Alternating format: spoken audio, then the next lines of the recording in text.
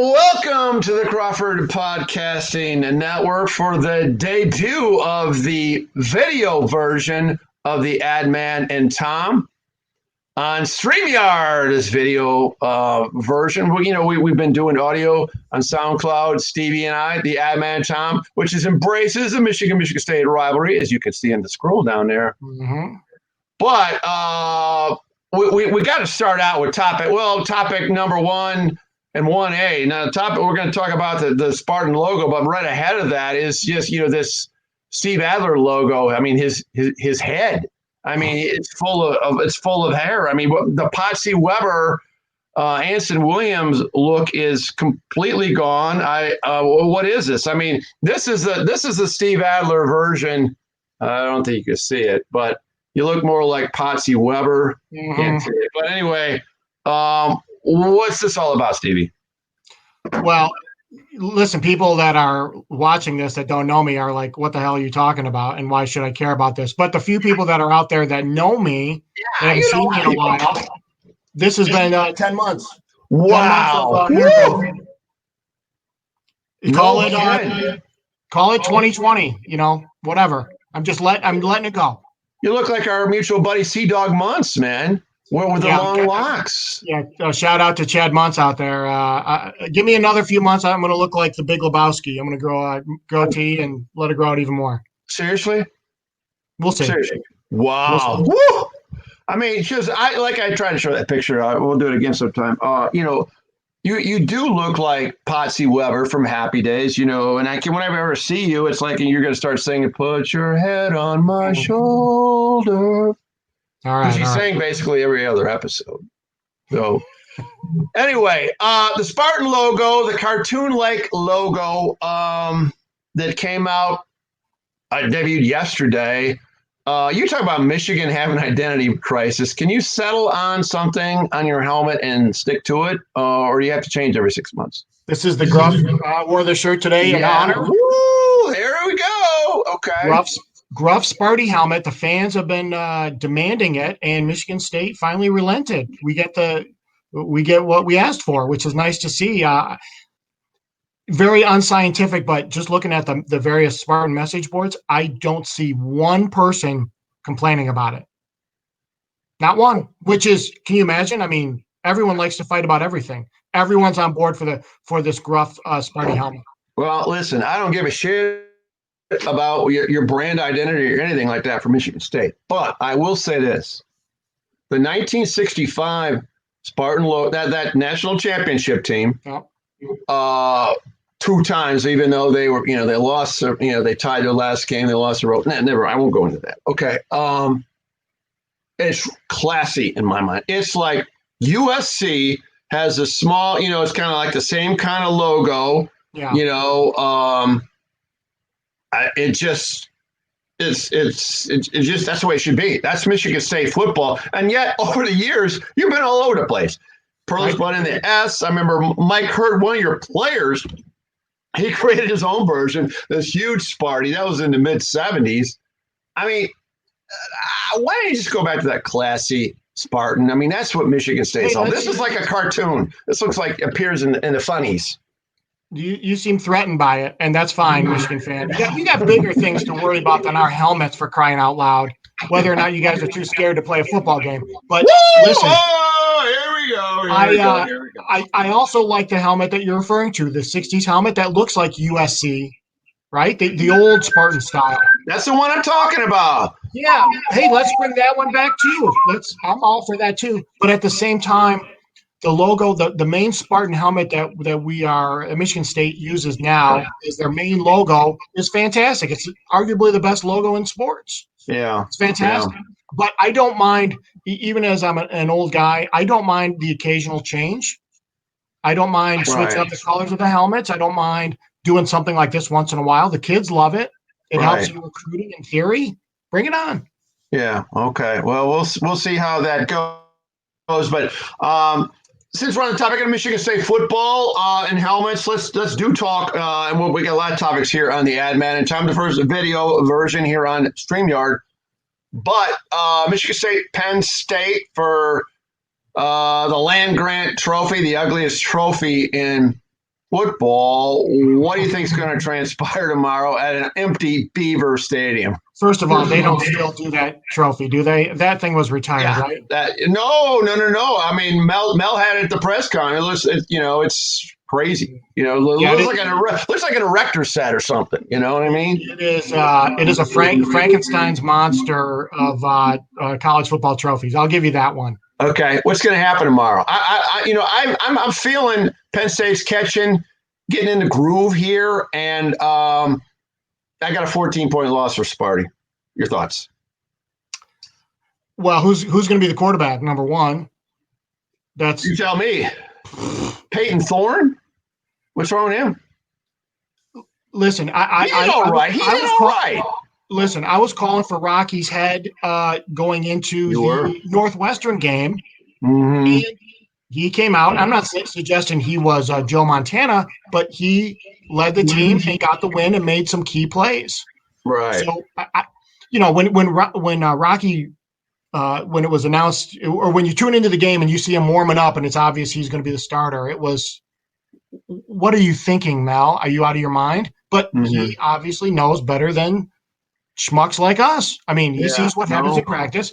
So I've learned to let go. And what I'm saying is, I don't care who starts tomorrow. Whoever Mel deems is the right guy, I'm going with it.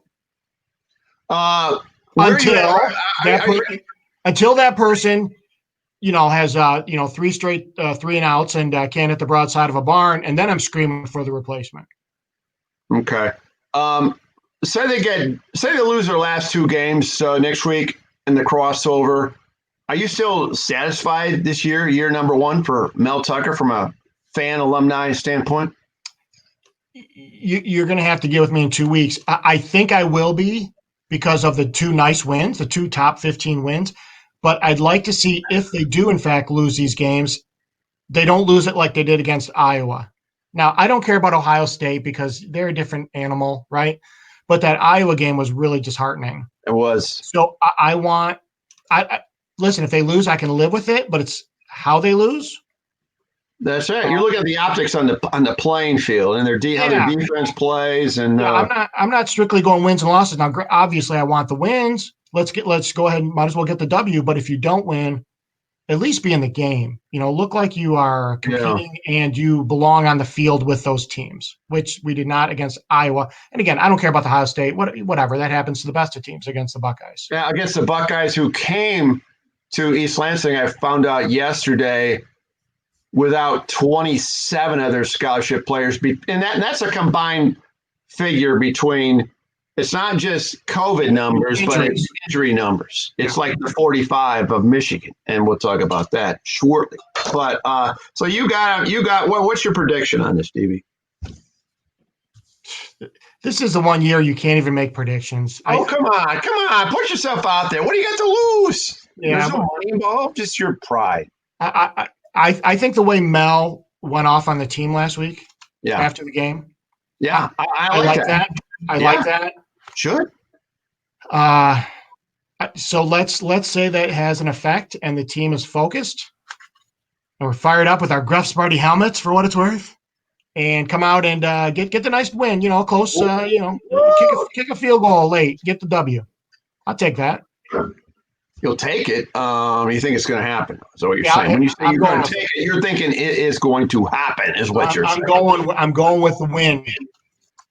The thing you couldn't do against Penn State, your program could not do, will get done. I know. I listen, if you're expecting me to defend Michigan's on-field performance, I mean, you're barking up the wrong tree. It's just like, it's not going to happen. I just want to make you agree with me that how bad they are. I just like when you just have to. Well, because I do something you're not capable of doing that. I mean, and you're not capable of giving praise to the rival, unlike me, which I do give accolades to Michigan State on occasion. I'll give it if it's deserved. Show me when it's deserved this year. I haven't seen you deserve it once this year. Okay, let's move over. We're going to stick with football, and then we're going to evolve into basketball to wrap up, to cover today's The Ad Man in Time. Again, on the Crawford Podcasting Network, you can see Steve Adler reads a lot. Look at all those books. Now, how many times have you read those books behind you in your backdrop? Is that just for show? This is like an art van, the showroom where they put fake stuff on, fake TVs. Are those fake books right there behind you that you read at one time? Pretending to read? I'm in my office at work right now. I'm in Mount Pleasant. Okay, George Costanza. All right. I'm in my office. Those are internship binders behind me. Those aren't like regular books. Those are student binders behind me and a couple little sport memorabilia stuff. Nice. You got a nice office there. In fact, let me say something. I've taught at CMU for 14 years. I've never before today worn a Michigan State shirt to Mount Pleasant, except when the Spartans played here in football, and I wore a Michigan State shirt and a CMU hat. But today I broke my rule for this podcast. And because I understand I'm not talking to any students, the semester's over, and I'm wearing a Michigan State shirt on CMU's campus. First time ever. Well, and I appreciate that because I think what you've told me this when you've talked to your students in the sports management program there, you've told them, don't, make the Chippewas, that's your school. Yeah, absolutely. So I've known Michigan State fans who graduated from CMU. Hello, Chad Muntz. Where when Michigan State's playing CMU, he was cheering for Michigan State. The Chad Muntz show here. I think C-Dog. I think he did that. We'll have to check on that, but and he's not alone in that regard. Don't you think that's weird? I mean, it's somewhat understandable, but at the same time, I mean, Beach Boys, be true to your school. Come on. Yeah. Okay. School. Okay, so as a Michigan State fan, do you want Jim Harbaugh to extend that contract another 3 years? Yeah, bring it on. We love him. Would you be dancing down the street, in ecstasy, or do you think Michigan's just going to be lousy regardless who they get in there? No, I want it. I want what's going on in Ann Arbor to continue. So I want Harbaugh extended. I think I can speak for the Spartan fan base. We don't fear him. He's got some wins. What's 3-3 against Michigan State? But which is embarrassing because 5 of those teams are not very good Michigan State teams. 5 of those 6. There's some bad Michigan State teams in there, including the current one. Right, embarrassing. Which found a way. So hey, I'm all for Harbaugh getting extended, and the bloom's off the rose. Nobody fears him anymore, and let's go. I'll take Mel going forward. I think Mel's got more upside going forward than Harbaugh does at Michigan. Oh, that goes without saying. Okay, so, and I'm agreeing with you, which, that speaks well for me. That's not easy to do. But that being said, if Michigan, if Harbaugh and Michigan part ways, what coach would strike, that got my attention, strike fear, for lack of a better term, ahead in the Wolverine football program? I mean, who's your fan base talking about? You're talking about Iowa State, right? Matt Campbell, yeah, go ahead. I mean, was there anybody out there just in the coaching circles? Because, the money's right, And everybody says, oh, my God, there's $80 million in the budget. They're taking a hit. Listen, there are some Michigan alums with deep pockets that could including you. No, that could just change the whole parameters on this thing as far as how Michigan, negotiates with Jim Harbaugh. So who would you fear out there? So just say, of all the coaches, is there anybody that would get your attention? Yeah, but it's coaches that'll never happen. Urban, he's never going to go to Michigan. But if you somehow found a way, how about Luke Fickell? Who's that? Luke Fickell, Cincinnati. I mean, he could do good there, but it's not like we're going to be, oh my God. I mean, Luke Fickell's, he's all right. Okay. He's good. I mean, we wanted him apparently, but I don't think he's a can't miss coaching prospect like something like Urban, of course. But he'd be a solid hire that could do some good things there. Do you think he would go? Do you think Fickell would? Ohio State guy? He would go if the money was right and if his family all agreed that we're never going to go back to the state of Ohio because we'll fear for our lives. I mean, that would. I don't think that would happen at all. I'm not even throwing those nuggets of coaches out there. I was just asking you off the cuff because until it materializes, and every day I have a little bit more hope because signing day is the 16th, and also, but and there's no movement to get it done, despite the fact Zach Carpenter, sometimes used offensive linemen just went in the transfer portal last night, as did your Julian Barnett. So I think you're going to see a lot of this stuff going on, because that's the new kid's option now, is just go, if things don't work out, just go transfer portal. So, but I've been told there might be as many as 10 players hitting that transfer portal. And when you have ambiguity hanging out there, you have no direction. The recruits are hanging out there. They're going to probably get flipped. I mean, you're probably not going to play another game. Ward Manuel says to Jim, at the end of the season, we'll get the end of the season. Well, dude, it's the end of the season. Let's be real. Why can't, until that happens, nothing's going to, nothing positive is going to happen. But the thing of it is positive, because I have hope, because I do not want Jim Harbaugh. And yet I was on December 30th, December 30th, 2014, in that presser when, the Messiah came home and everybody was excited. But that's not the Jim Harbaugh we're seeing right now. We saw that 16 Jim Harbaugh on the sidelines at Ohio State, and those first two seasons were pretty good, 15, 16. Then all that snarl, that moxie went away. Yeah, but you kind of look ridiculous with the snarl when you're losing. Don't you agree? You can't be that guy on the sideline when you're getting your ass kicked, because it looks stupid. The snarl on the sideline. We're talking. We're a spot away from let's just call it a subjective spot where it's a walk-off win, and Michigan's going to the Big Ten championship game. No, I mean, the 16 team was a pretty good team. Stop embarrassing. If you want to deny that, deny it. But I'm just saying, the snarl now, he doesn't have anything to snarl about. Because he's totally deflated. Now, Mark D'Antonio would have that chip on the shoulder when his team was getting his ass kicked. He was just kind of just that way, just kind of. Just playing the ass look all the time. Not at the end. Not at the end. He didn't have that snarl. It was like acceptance. Oh, so you think he put his tail between his legs and said, "I'm done with this"? I'm saying it looks ridiculous to act like that if you're getting your ass kicked. Yeah. So what I do like though about Mel Tucker, sometimes I want a coach like he could kick the ass of about 70 of the 85 scholarship players. I like that for some reason. Is that weird of me to say that? No, you don't want the Charlie Weiss type guy. You want the guy who looks like he could suit up, right? Yeah. No, what I like about your coach, he pushes accountability. He doesn't sugarcoat. And it's a little bit like Nick Saban when his first game at Michigan State, he got beat like 51-10 or whatever that score when Nebraska came in, which was probably one of the best teams in college football history. Yeah. He got waxed. He was pissed. Okay.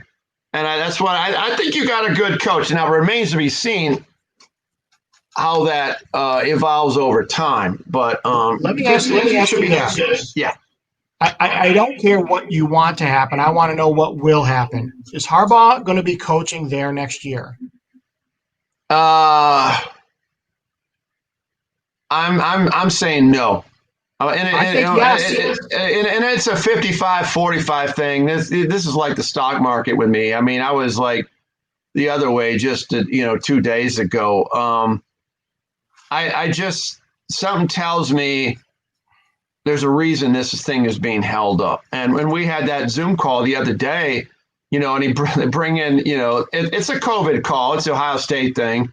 They have the two doctors on the call, and, you got 50 media people, and the Harbaugh contract is the buzz of the day, along with COVID, obviously. Right. And you can't even bring the topic up without getting, a little brushback pitch from Ward Manuel. I just think that was ridiculous.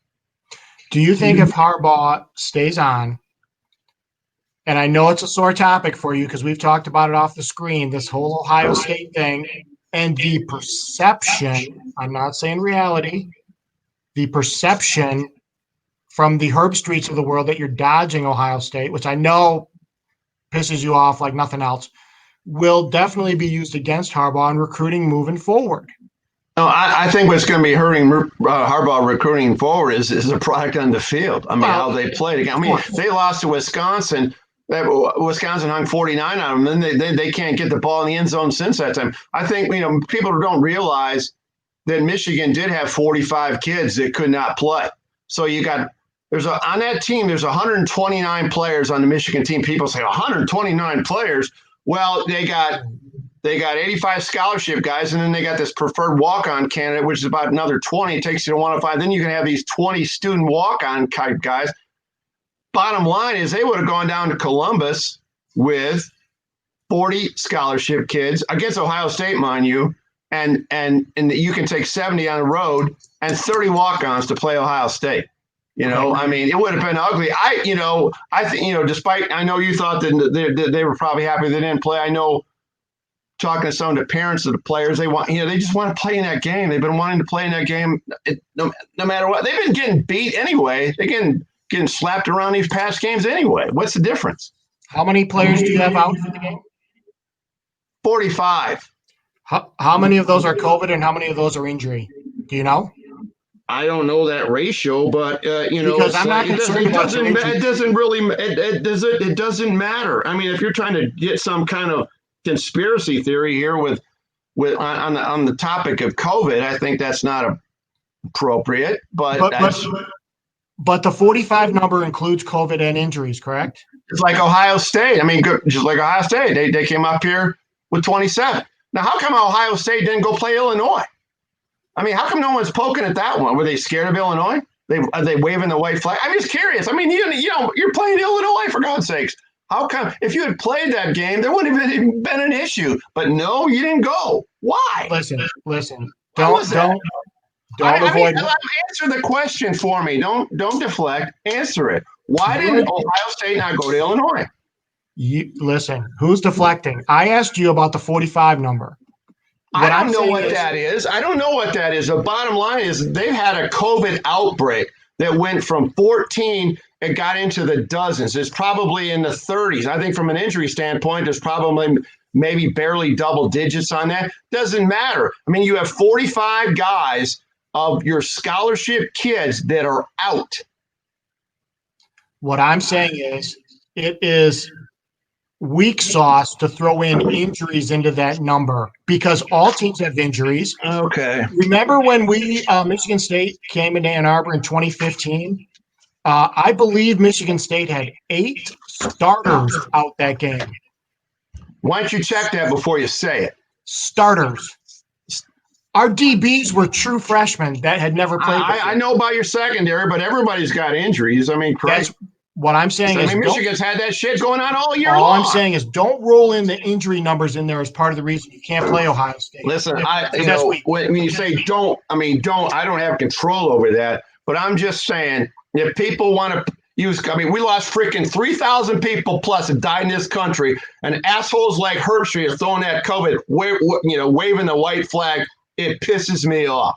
It's inappropriate for Herbstreit, a professional, not a slappy like you and I in our basement, our podcast here. This is a highest level professional. This is the same guy, mind you, who screwed up by depending on a source on the Les Miles hire. This is a guy on his radio show called Steve Bresson, trash. He's a trash player in 2006. So you won't tell me that Buckeye blood, that blood is not in there on his show. And he was still living in Columbus before the Buckeye trashy fans ran him out of town because he wasn't kissing Buckeye ass enough. That's Kirk Herbstreit in my mind. I think he's a professional, but I'm telling you what, he still bleeds Buckeye scarlet and gray. What did he go? He went 0-3-1 against Michigan, correct? Yes. 0-3-1. Yeah. Regardless of what you think of Herbstreit's statement, and I don't think he did this on purpose, he painted your program into a corner because he was basically putting it out there, and people will believe it when it's out there. And that's why I talk about perception becoming reality. Whether or not the COVID thing is legit and everything's cool and you legitimately have not a lot of people out, the perception across the country, granted, my guess, the perception is is that you guys are ducking Ohio State. If you guys were playing for a bid in the Big Ten title game and you were playing Illinois or Purdue this week, would you field a team? Okay. You never played college football. I never played college football, and I refuse to put my mindset into the mindset of a college football player saying, "Oh, we're ducking," when people don't realize. I'm not talking players. I'm talking administration that's making these decisions. But I'm talking about you mentioned the players were probably happy in a conversation about or were relieved and whatever. I mean, those kids want to play, so I don't think Jim Harbaugh was lying about the fact they want to play. These kids they work from their little kids to have that moment. These are high. I mean, you're talking about Power 5 in the Big Ten. All these 14 teams have high-end athletes in them. And then when you play at Power 5, it's the highest level, and it takes a lot of work to get there. I'll give you that point. Okay, I'll say fine. But my question is, if you guys were playing for a bid in the Big Ten title game this week, and you were playing Illinois, some bottom feeder team, would you guys play the game? I have no idea. I'm not gonna. I'm not at that level. But I'm just curious on what. I don't understand why Ohio State didn't play Illinois, because in this issue about the Big Ten title would not have been it. All he had to do was go play the game. Right. I mean, and that was just a couple weeks ago. I mean, why didn't they go to Champaign? That was a Friday night decision. I don't understand. I mean, why is that one all of a sudden kicked aside, and all of a sudden, Michigan, Ohio State, and I know it pisses off. I tell you what, the biggest fan bases they were pissed off about Michigan not playing Ohio State was not Ohio State, it was Michigan State. My phone was lighting up with Spartan fans. Like, what the hell? Why do you guys give a shit? I don't understand. Because we went and took our beating. Now it's your turn. Oh, God. Go take your beating like a man. Okay, topic. Good one. Good energy. I love it. Michigan State basketball, Michigan basketball, both undefeated. Do you feel that now that Illinois slapped Duke around and Duke looks putrid, did that devalue rather the equity of that win over Duke Michigan State had 10 days ago or so? Yeah, to a certain degree, yes. That was Michigan State's B- game. I mean, Michigan State, the first 10 minutes were you used the word putrid. That would describe Michigan State's first quarter of the ball game. It was it was here we go again. Why are we afraid of these jerseys? But then they got it together, played some D, made some shots. But again, I would put that a B- game, maybe C+. Yeah. And would it be different with the fans there? I'm a firm believer that the fans make a huge difference. I mean, you look at Detroit against Michigan State and Western. Yeah. First of all, Detroit probably deserved that win. Yeah. I wouldn't say Western deserved it, but they went toe-to-toe with Michigan State. But you put the fans there, you put the ISOM there, I think it makes all the difference in the world. And those players on the other team got to put up with, all the pressure of the fans going nuts. I mean, it's got to have an effect on you. And I think the same thing happened with Michigan State at Duke. Yeah, because Rico Beard told me that he thought if the fans were at Cameron Indoor, Michigan State would have lost the game in the first that sour start, and they never would have recovered from that, because the fans at Cameron, and you've been down there as a Spartan fan, mm-hmm. It's almost like they refuse to let their team lose. It's weird to say that from a fan standpoint, but that's how much impact they have on that team. And you wonder, I know this might sound ridiculous, but you wonder if the refs get caught up in the home fans too, right? Yeah. Because, everyone's screaming for a call, and the ref has to make up his mind in a split second, and it's easier. You know what I mean? If he doesn't know, he's got to come up with, which way is the ball going? Right. It's going Duke's way. Okay, so this has been a hell of a great podcast. A lot of energy here on the Crawford Podcasting Network. The Ad Man and Tom, the long-haired Steve Adler to the right, and they're me with, I like to stay warm. That's just the way I am. I wear sweatshirts here on a Friday morning. So we're going to end this podcast agreeing on something. All right. I'll make a statement. I think what Mike Krzyzewski did the morning after getting slapped around by Illinois, after Michigan State beat him up pretty bad too. I'm going to take my ball and go home. Let's just don't play ball. I mean, the timing was terrible, Stevie. You don't get run by an Illinois team, and that drops you to what, 2-2? Is that Duke 2-2? Yeah. And at the presser afterwards, complain about having to play college basketball. Yes. I'm not suggesting he doesn't have a point, but the timing. Where's the media? Where's the communications department at Duke going? Yeah, coach. No, you wait till you roll a couple teams at Duke, then you say it. Yes, yes. It was like, what's Coach K going to do? Is he going to come up with a back injury again, like he did? How many years ago when they had that bad team and he didn't want all those L's on his record? So, Coach K going to knee surgery time this year? I mean, what is it? I don't know what's coming up. Ooh, you're thinking like me, Stevie. This is great. Kumbaya. We agree with something on the back end. On our hatred of Duke and Coach K. Hey, it brought two people together. That's good. That's the way you want to end it. You want to end on positivity. Super job, man. Super job. I like the hairdo. Bring it even more. Step outside, of your comfort box. I think your college student, when you see them face to face instead of just Zoom, you have seen him face to face, right? Yeah. Up at CMU. They appreciate that. That's relatability, right? This is a cool guy, Professor Adler. No, right? no, they're like, this guy's lost it. He's going through some kind of crisis.